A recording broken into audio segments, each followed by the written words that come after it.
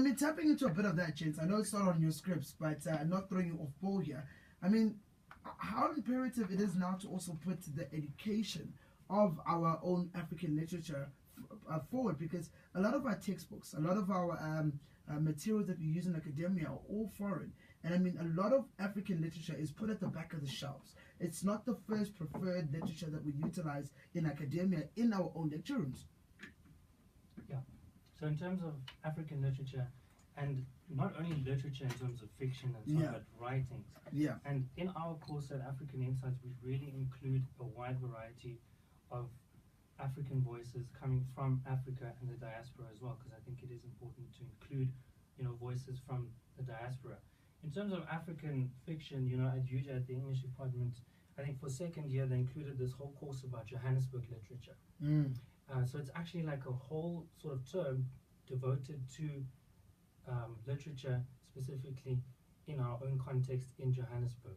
So I think it needs to expand. We need to expand on African writing and include it in our syllabi. It doesn't help if we keep referring to, European thinkers and everything that they had to say, because they have dominated the discourse for far too long. And one of the things that we have done in African Insights is generally to include African writers into the discussion of what Africa is, how to constitute, how to think about Africa. Yeah. And so African writers have been included from Chinua Achebe to Fanon, and political thinkers, literature, Chimamanda Adichie, and many of them, to try and show that on the continent too, there are people who think about issues, political issues, economic issues, our relationship with the land, our relationship with each other, our relationship with people in the rest of the world. And so there's a broad spectrum of readings and conversations that are taking place in Africa. And you just mentioned, or you just played the clip by Steve Biko, and Steve Biko is sort of famous for, raising black consciousness and black pride. And I think that is something that we are trying to instill, is, African ideas by Africans themselves. And that's what we're trying to enforce, and not enforce, but what we're trying to look at and explore is sort of a pride in our own intellectual endeavors or products that we can produce. And I think what is important, as a white person, I think we need to stop with this idea that black empowerment is anti-white, for example. And I think, that's why I'm interested in these ideas, because I live on the African continent, I'm part of it. I'm interested in these ideas. So I don't think, it should be an exclusionary thing. And I think we should all learn from each other. It doesn't help, to exclude others, and that's what Biko said. We have to, include each other with an open hand.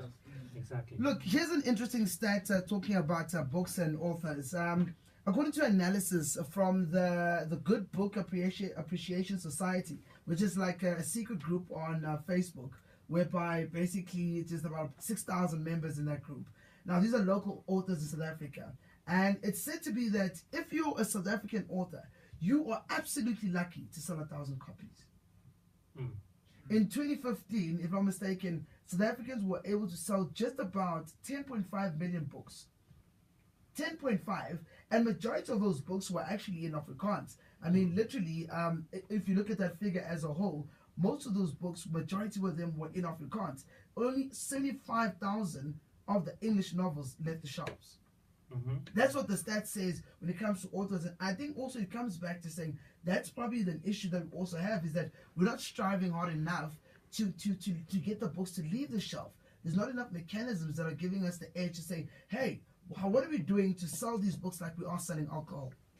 What is the I think the problem is a bit more than just getting books off the shelf. Yeah. I think how we bring up our children to read. Of course, if you don't have a culture of reading, you can't hope somehow that in the future somebody will begin reading when they have never had that culture. I absolutely agree.